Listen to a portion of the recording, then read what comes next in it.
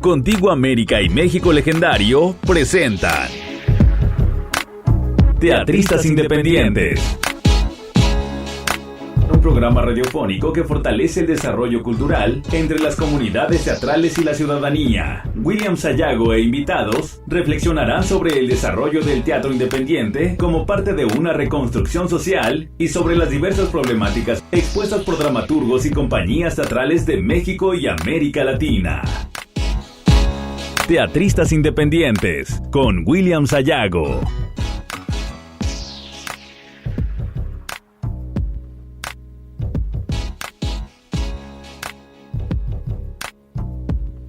Hola, muy buenas tardes, soy William Sayago. Me da mucho gusto que nos acompañen en Teatristas Independientes, un espacio para hablar con nuestros invitados sobre el teatro desde la óptica del teatro social, político, comunitario, popular, urbano, autónomo, campesino, es decir, todo aquel teatro que aporta a la construcción de persona, un programa para dejar testimonio sonoro de las trayectorias de nuestros invitados. Este programa se realiza en colaboración con Contigo América, Institución Teatral Independiente y Radio México Legendario.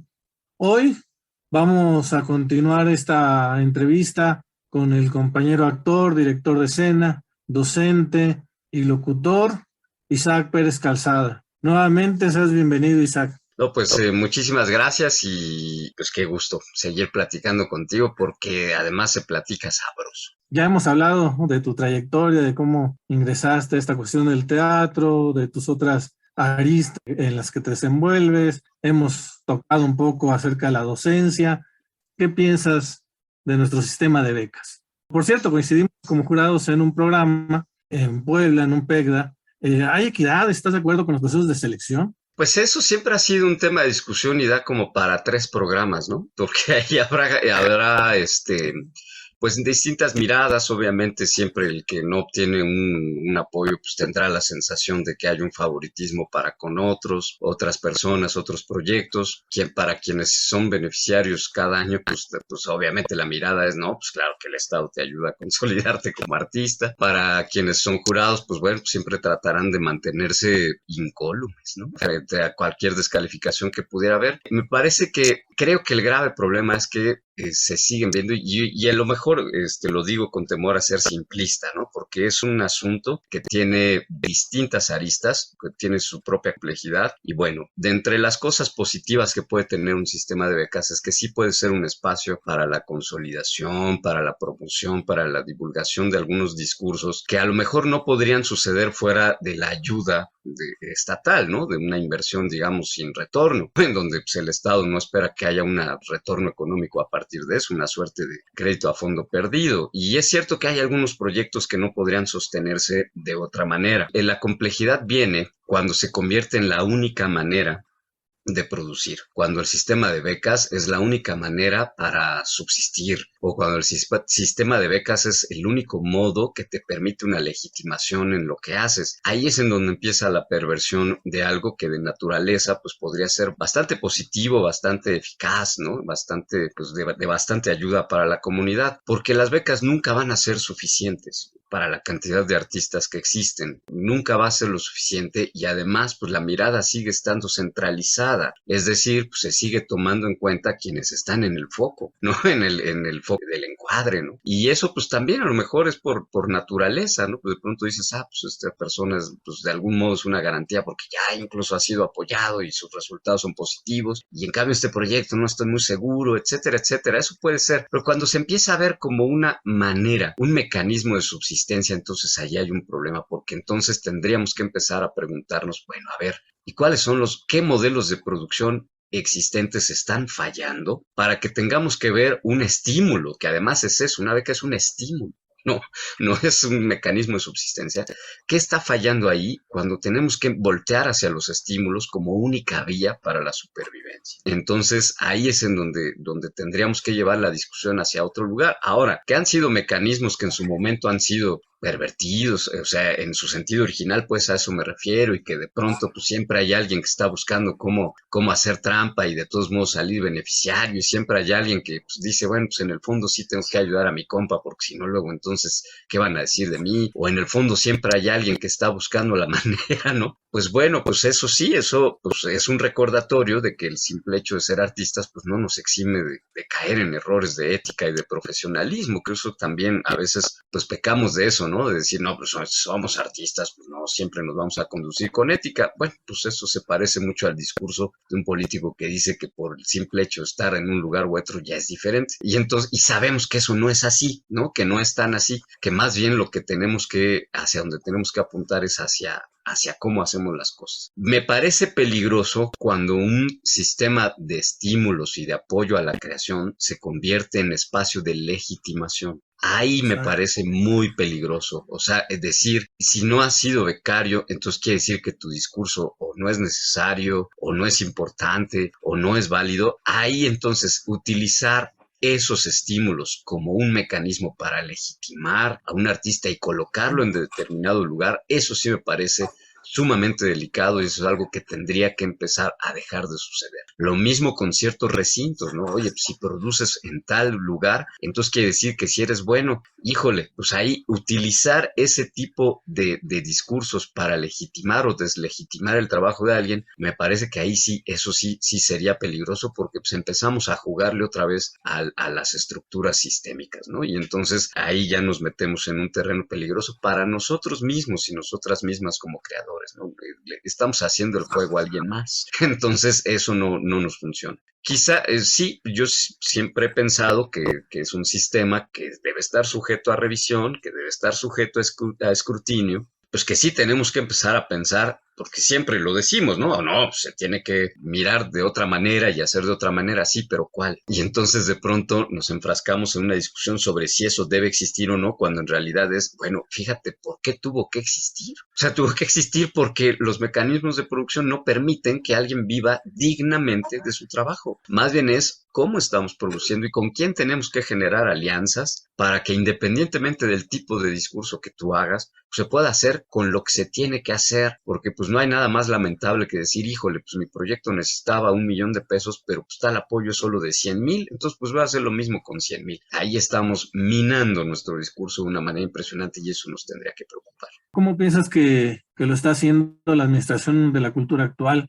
a nivel local? Fíjate que ahí me he perdido un poco de pronto, ¿eh? O sea, sí he colocado un poco más el ojo a nivel federal y aún así, pues ahí pronto me siento un poco perdido. Debo decirte que a nivel local me ha costado trabajo ubicar la chamba que se está haciendo. Eso puede ser un error de mi mirada, ¿no? O sea, eso no estoy diciendo con eso que entonces no se está haciendo nada o algo así, pero sí me llama la atención que me cueste trabajo. Por ejemplo, ha habido muchos cambios dentro de la Secretaría de Cultura local y ahorita, de bote pronto, y debería yo saberlo, se me olvida el nombre de la Secretaria de Cultura, ¿no? O sea, porque sé que ha habido al menos 3 o 4 cambios. Entonces, y además, pues de pronto es difícil seguirles la pista, ¿no? O sea, entras sí a las páginas de la Secretaría de Cultura local y eso, pero es difícil saber como quiénes están ahí haciendo cosas. Entonces, bueno, pues eso habla un poco de, me imagino, pues, no sé si le pasa a alguien más, pues habla un poco como de la visibilidad. Por supuesto, en el caso del gobierno de la Ciudad de México, pues los esfuerzos pues estarán enfocados a coordinarse con los esfuerzos federales, ¿no? En tanto que, digamos, que forman parte de un mismo proyecto. Sí creo que es un área en la que todavía se queda mucho a deber. Y creo que es un área en la que en ambos proyectos, tanto en el federal como en el local, pues no se tenía muy claro hacia dónde iba desde el principio. A mí no me sorprende que pues haya una falta de claridad en el ejercicio de los programas y proyectos a nivel local y federal, en tanto que desde el principio eran áreas en donde no se sabía muy bien hacia dónde moverse. Entiendo que a nivel federal pues está enfocándose todo en una cultura de mayor alcance hacia comunidades desprotegidas, entiendo que se busca más pues una reconexión con las raíces, con las artes populares, o al menos así se ha dicho, o al menos así se entiende si lees el plan nacional. Pero bueno, pues yo pregunto, por ejemplo, cómo va el ejercicio sobre la descentralización, cómo va en la revisión con muchos temas que estaban pendientes. Yo creo que ha sido un poco a raíz de esta falta de claridad en el proyecto mismo, en el proyecto en sí, en una falta de elaboración de un proyecto en sí mismo. Muy bien, Isaac. Vamos a ir a una breve pausa y enseguida regresamos.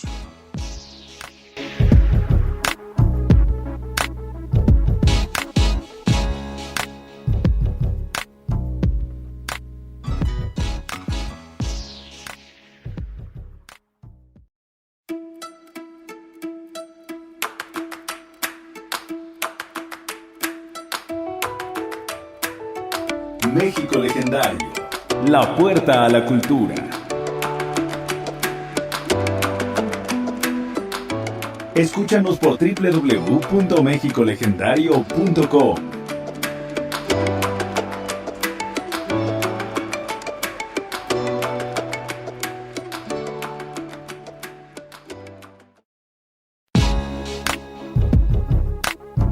Contigo América y México Legendario presentan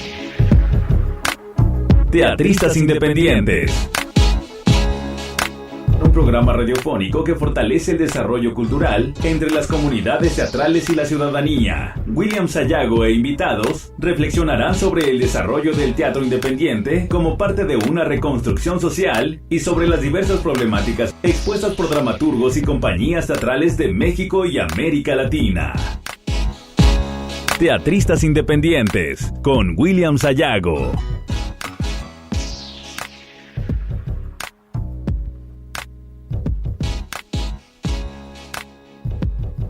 Ya estamos de regreso en Teatristas Independientes y les recordamos que estamos hablando con Isaac Pérez Calzada, actor, director, productor también, gestor, locutor, un compañero que es un estuche de monerías. Eres director ahora del Centro Cultural Virginia Fábregas, ¿no es así?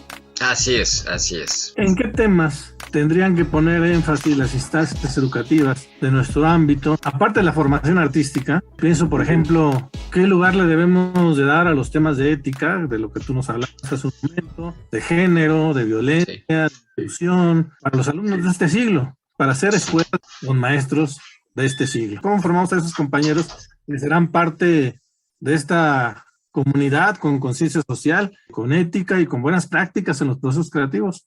Sí, pues justamente esa es una de las chambas más fuertes que hemos estado haciendo acá en el Centro Cultural Virginia Fábregas con la comunidad docente y la comunidad estudiantil. Por ejemplo, pues nuestro primer punto del reglamento inicia diciendo que el Centro Cultural Virginia Fábregas es un espacio libre de violencias, en donde debe haber un respeto a la diversidad, pero un espacio de inclusión y de reconocimiento de las diversas identidades que existen, más o menos, no estoy citando textualmente. Entonces sí, parte del trabajo pues ha sido en la comprensión de que nuestra profesión no es algo que se circunscriba únicamente a la formación actoral o al ejercicio de la actoralidad. Hemos trabajado mucho en la comprensión de que hay que construir comunidades de aprendizaje, en donde el docente ocupa pues el lugar del facilitador, pero no en el lugar que le otorga, o no en el poder que le otorga el saber algo que el otro no sabe. Saber reconocer esas estructuras de por qué podría venir un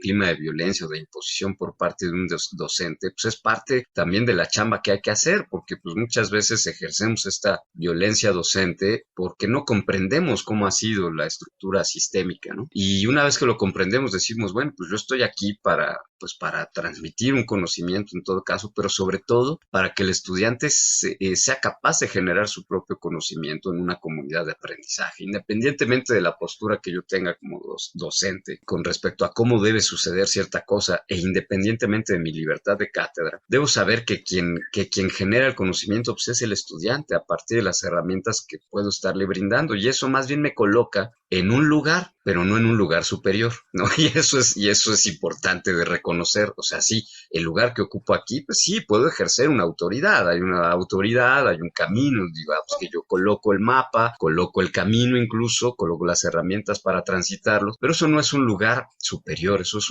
el lugar que me corresponde en esta comunidad. O sea, hay que comprender cuál es el reparto de lugares en la experiencia educativa. Y a partir de ahí, pues comprender que de manera natural, pues un respeto hacia las distintas distintas identidades, o sea, cuando la estructura comienza a hacerse horizontal, pues ahí sí ya empezamos a caber más personas, ¿no? Eso es a lo que me refiero. Cuando una estructura es vertical, pues caben menos personas, porque el acomodo de lugares, pues tiene que ver con quién está más arriba y quién más abajo. Y eso, pues naturalmente hace que en un salón, pues haya el que es mejor para tal, el que es mejor para tal y el que se destaca por esto, cuando en realidad es como, bueno, pues más bien démonos cuenta que cada estudiante tiene sus cualidades y eso le ayuda a obtener un lugar en esta comunidad de aprendizaje. Hemos trabajado fuertemente en ello. Las universidades deben ser, las escuelas superiores y las escuelas de formación artística deben ser espacios para interrogar al mundo, no para obtener respuestas prácticas e inmediatas, ¿no? Sino deben ser espacios para interrogar al mundo. Decimos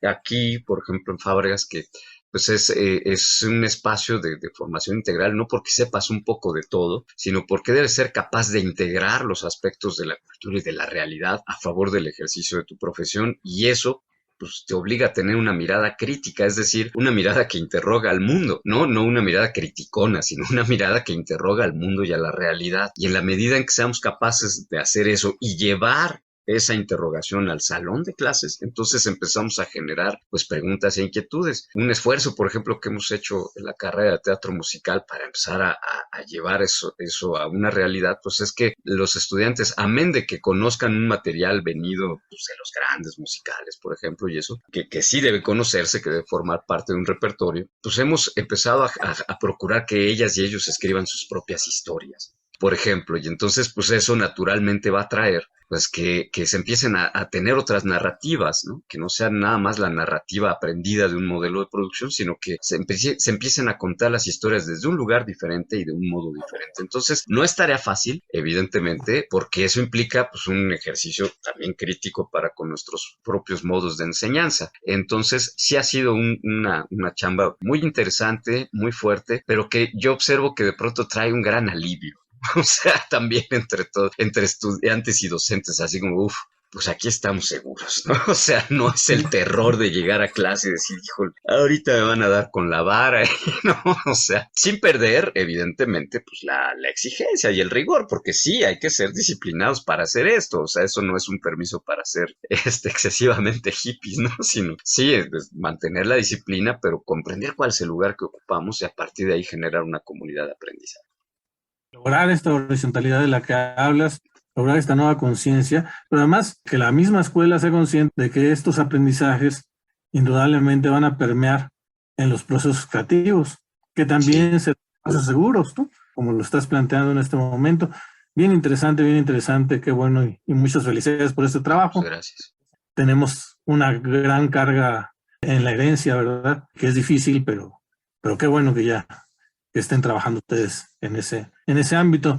Para ti, Isaac, pensando más allá de lo económico, ¿en qué radica la independencia? O si lo quieres ver así, ¿en qué radica la autonomía? Pues justamente tener la capacidad de decisión sobre lo que quiero contar y cómo quiero contarlo, ¿no? O sea, justamente ahora, pues el término es eso, ¿no? Como la autonomía más que la independencia, porque pues ya la realidad está tan interrelacionada que es pues, independiente de qué, en efecto, ¿no? Más bien, pues el lograr esta autonomía creo que tiene que ver con la libertad de decisión. Y si te fijas, pues se parece mucho al ejercicio social que en muchos aspectos se está haciendo, ¿no? El poder tener la libertad de decisión sobre lo que queremos decir, sobre el discurso que queremos echar a andar, sobre la manera en que queremos organizarnos, ¿no? Entonces, en la medida en que yo pueda tener esa libertad de decisión sobre mi propio discurso, pues eso para mí implica pues ser autónomo, ¿no? Y eso no quiere decir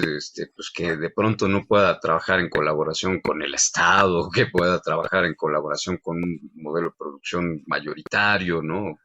Decir una cosa comercial, vaya, o con otras agrupaciones o lo que sea. Eso más bien quiere decir, pues justo, ¿para qué proyectos sí nos gustaría vincularnos con ciertos grupos, con ciertos sectores y para cuáles no? Cuando la persona, cuando el individuo, cuando el creador, las creadoras tienen esa posibilidad de decidir, quiere decir que hay pues algo detrás que te sostiene y que ya no estás pensando en función de la supervivencia económica, sino en función de tus necesidades discursivas. Ahí creo que es cuando se logra pues una autonomía en el trabajo. He tenido la fortuna de estar en tu programa Diagonales antes y ahora en el IMER. Platícanos qué es Diagonales y dónde te pueden sintonizar. Pues Diagonales es un programa de divulgación cultural en donde justamente pues a través de la conversación pues busco que las personas pues hablen de sus discursos, ¿no? Justamente y de lo que creen y sobre ciertos aspectos, pero también pues un espacio que brinde herramientas de apreciación para las personas, ¿no? Entonces luego platicamos sobre pues, cómo acercarnos al teatro sin morir en el intento, ¿no? O elementos de comprensión de la ópera, de la danza, de la música de concierto, de la literatura, ¿no? Y además, pues bueno, pues hablar sobre las trayectorias de las personas, que también es importante, ¿no? Por ejemplo, hace poco tuve la oportunidad de entrevistar a una bailarina y coreógrafa que fue integrante de las primeras personas que estuvieron en la fundación de la Compañía Nacional de Danza, y pues son como los nombres que se quedan anónimos, ¿no? Que es la maestra Socorro Larrauri, por ejemplo, y que además pues te cuenta cómo sucedió y de dónde sacaron al cuerpo de baile y cómo se fue conformado originalmente. Y entonces siempre tener estas miradas. Bueno, pues íbamos a hablar de Gloria Contreras, pero hablemos no con un biógrafo, una biógrafa de ella, sino con quienes bailaron con ella, ¿no? Con quienes aprendieron de ella. Entonces siempre tener estas otras voces y otras vertientes, pues está padre y está enriquecedor. Y actualmente el programa se transmite los lunes a las 5 de la tarde a través de Ciudadana 660 del Instituto Mexicano de la Radio, es 660 de Radio Abierta, y a través también de la plataforma del IMER. Y obviamente, pues ¿qué te cuento del cobijo del IMER? Pues, siempre es agradable, siempre es lindo. Yo me he sentido muy, muy cómodo con el trabajo que se hace ahí. Y hago ese programa por el puro gusto. O sea, en el sentido de que yo aprendo más de ello. O sea, mantengo la idea firme de siempre tener ese programa porque ahí aprendo yo, ¿no? O sea, de escuchar a alguien es abrirme ese espacio en medio del caos y poder escuchar a alguien a mí me parece maravilloso. Entonces, si el pretexto es un programa de radio, pues qué padre, porque a mí me gusta eso, ¿no? Como platicar. Y de veras que me gusta mucho hacerlo porque soy yo el que sale más enriquecido. Ya si hay una gran audiencia o no, pues qué padre, pero en realidad el principal beneficiado de esas conversaciones soy yo por todo lo que me llevo. Entonces, yo creo que Diagonales, esté donde esté, es algo que seguirá sucediendo por lo que me deja a mí en cuanto a aprendizaje, ¿no? Sí, en eso estoy totalmente de acuerdo contigo. Sí, Así lo pienso y así lo platico con nuestra productora Marlene sí, constantemente. También en esta cuestión de que debemos dejar testimonio sonoro de todos estos compañeros que a la larga se convierten en anónimos, ¿no? sí, O a los cuales las juventudes llegan tarde, ¿no? Por exacto. eso constantes es cuestionar a los compañeros, bueno, ¿quiénes te formaron, no? Porque es importante ese primer maestro que tuviste, porque es importante este compañero que no se le ha hecho la justicia histórica, porque es importante escuchar y hacer constante en nuestros oídos esos nombres de aquellos compañeros que nos han dado patria teatral, como les digo. Pues Así es. muchas gracias, Isaac. ¿En qué proyecto estás trabajando ahora? ¿Qué podemos Pues ahorita, esperar de usted, de Isaac Pérez Calzada en un futuro? Pues ahorita lo inmediato pues es la Llorona, que es un proyecto multidisciplinario y con el que he tenido el enorme gusto de encontrarme artísticamente con el grupo Mesmex, un grupo de música mesoamericana y un grupo multidisciplinario que entiende la música como un fenómeno escénico. Entonces es una maravilla. La verdad es que el universo, la onda que trae el grupo Mesmex es padrísimo y me han cobijado de una manera maravillosa y se los tengo que agradecer públicamente porque el proyecto pues no sería lo que es sin su aportación artística y así he caído en blandito con ellos. O sea, ahorita La Llorona en el embarcadero de Cuemanco, en esta fecha de muertos de viernes a domingo, pero pues, digamos que en el mediano plazo, pues espero en abril, y ahorita ya estamos trabajando en eso, en hacer una versión escénica del Stabat Mater de Giovanni Pergolesi, que es una obra que ya habíamos trabajado en lo musical, pues ya habíamos hecho conciertos con eso, pero ahora estaremos haciendo una versión escénica y pues es una aventura, esa es una de esas obras que me ha llamado y yo no sé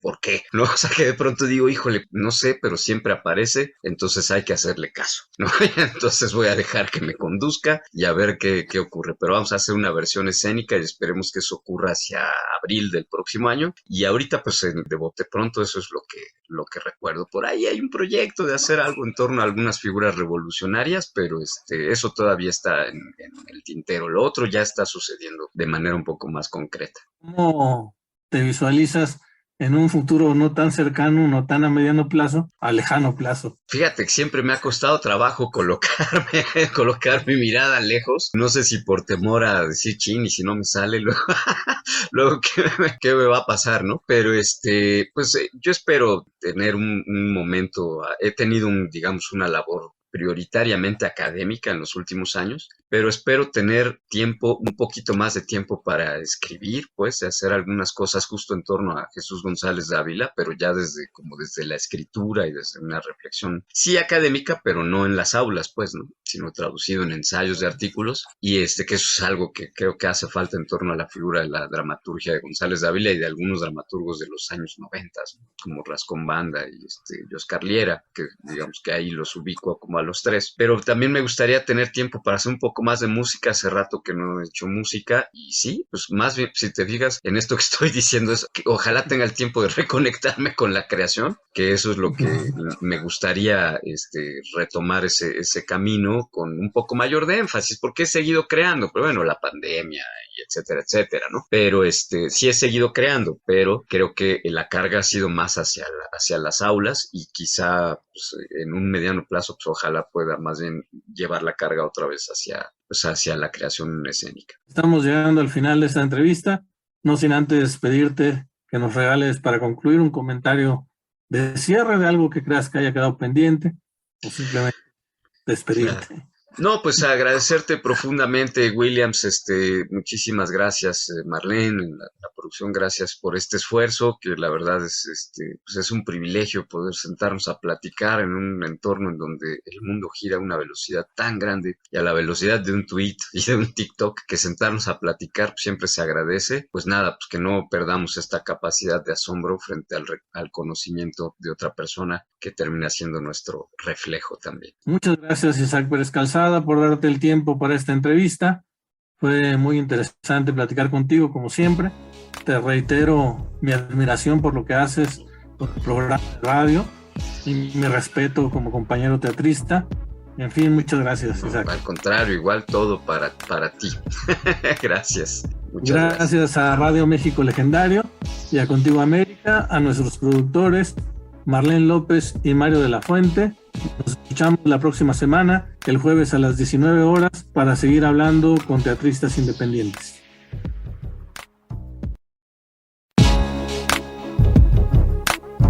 Contigo América y México Legendario presentaron Teatristas Independientes, un programa radiofónico que fortalece el desarrollo cultural entre las comunidades teatrales y la ciudadanía. Teatristas Independientes con William Sayago.